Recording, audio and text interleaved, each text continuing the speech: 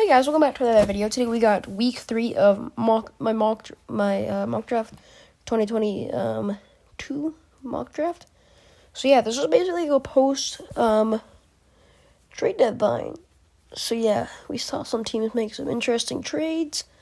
Maybe some of them affected, like the Harden trade. The Nets trade. All these trades were pretty interesting. But yeah, let's get into the video. So with the first pick, I have the Detroit Pistons selecting Paolo Banchero out of Duke. So usually the first pick and the two latest ones were Chet Holmgren, but now we're gonna go Paolo Banchero.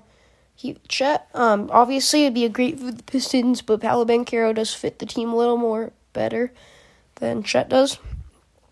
But yeah, it's a pretty good pick for the Pistons. They get a pretty good player from Duke, and yeah, it's a player who's going to probably, maybe score 15 points one game and then score like 24 another game or 7. It's like Anthony Edwards, where like you can see him score 7 points and Karl Anthony Towns goes off.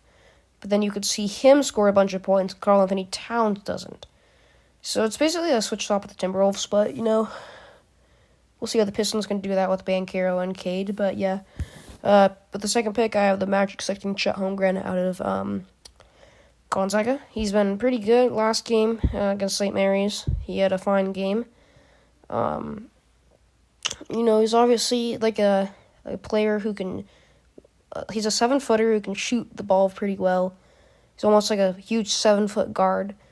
But yeah, he be a good fit. Him and Jalen Suggs both went to Gonzaga. Jalen Suggs kind of recruited him out there. They went to the same high school yet, but yeah. With the third pick, I have the the Houston Rockets selecting Jabari Smith out of Auburn. This is a pretty good pick for them, Maybe want to trade Christian Wood this offseason. We'll see how it goes. But Christian Wood said he wants to stay in Houston. We'll see what happens this offseason. But yeah, I have them taking Jabari Smith. With the fourth pick, I have the Thunder selecting AJ Griffin out of Duke. So obviously you could go Jalen Duran here. They need a center, but maybe they could find a center in free agency. Yusuf Nurkic, pay him maybe some money, make him your starting center. But they might trade Dort. They could do a sign. They could trade Dort, but I've seen a rumor about that. But yeah, with the fifth pick, I have the Pacers selecting Jaden Ivey. So obviously they just traded for Tyrese Haliburton, and he's playing point guard now. But maybe they don't want to run Buddy Hield. So what they can do is they can run Jaden Ivey at the point guard, Tyrese Haliburton at the shooting guard, and Chris Duarte at the small forward, which he can play at definitely. But yeah, with the sixth pick, I have the Kings selecting Keegan Murray out of Iowa. He's been pretty good for the Hawkeyes this year, and they just traded Marvin Bagley. And let's get it straight, Mo Harkless is not a power forward, so yeah. With the seventh pick, I have the Spurs selecting Shane Sharp out of Kentucky. I've already said this. He's a pretty good player for them. They traded Derek White, so maybe they would probably like this man a lot for their team. With the eighth pick, I have the Trailblazers selecting Jalen Duran out of Memphis. So Yusuf Nurkic, do you really want to pay that man? They could go in a rebuild situation.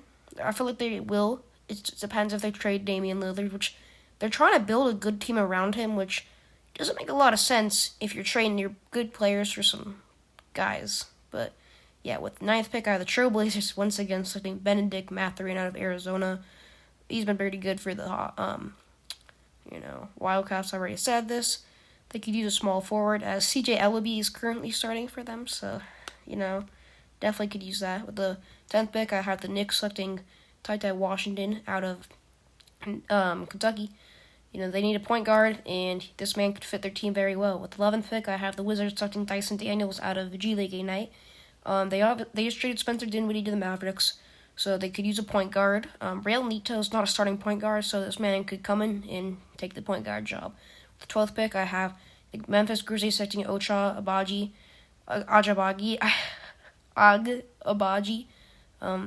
He's been very good for the Kansas Jayhawks this year. And yeah, you can experiment if he's going to be the starting small forward, Zaire Williams. But yeah, with the 13th pick, I have the Hawks selecting Johnny Davis out of Wisconsin. Obviously falling a little late, because this guy's supposed to be a pretty good pick. Kevin Herter, do you really want to pay? I think he's a free agent. Correct me if I'm wrong. But I think he is. So maybe you don't want to re-sign him, trade Bogdanovich, and get this man starting the shooting guard. Him and Trae Young would be a deadly combination. With the 14th pick, I have the Charlotte Hornets. I think Gene Montero out of Overtime Elite. This man's pretty good. Obviously you got LaMelo Ball, but I mean LaMelo Ball, he's good at not getting injured, but he can get. We've seen him get injuries a lot. And, they need a backup point guard really bad as they traded Ish Smith. But, I would usually take a big man right now. But since I traded for Montrezl Harrell, Mason Plumlee and Montrezl Harrell, not bad centers. So, yeah, that will wrap up this lottery. And, yeah, this is week 3. I hope you like it. But I'll see you in week 4. By the way, Gonzaga's number 1. We're not losing to unranked Arkansas. Oh my. I'll see you in the next video, guys. Peace out. Bye.